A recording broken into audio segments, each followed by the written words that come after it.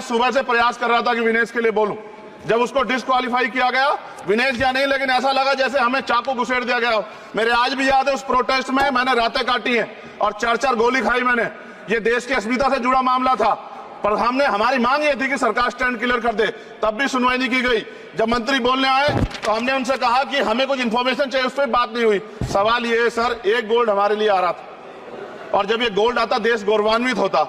और क्या व्यवस्था थी सर कि उसका वेट बढ़ गया, पता ही नहीं लगा सिस्टम के लोगों को। क्या बेवकूफी की गई है, ये सोचने का विषय है सर। ये बहुत महत्वपूर्ण, देश की बेटी का मामला है। ये हरियाणा की बेटी नहीं है सर, वो एक जात की बेटी नहीं है, वो हमारी बहन है, देश की बेटी है। और आपने क्या किया हरियाणा के साथ? आपने हरियाणा का बजट कम किया, जबकि सबसे ज्यादा मेडल हरियाणा लेके आता है। ये गलत है सर, ये धोखा है।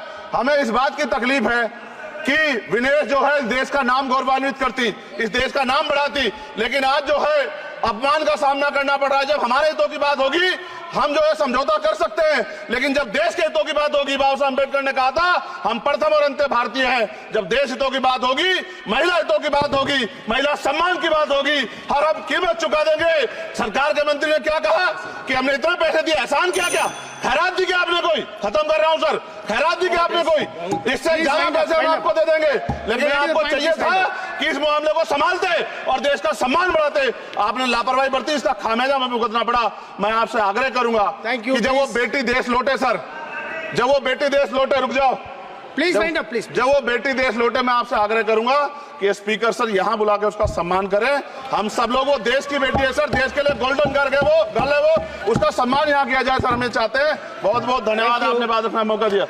महिला विरोधी चुप रहे। Thank you. कोई महिला विरोधी नहीं बोलेगा बीच में। श्री विशाल पटेल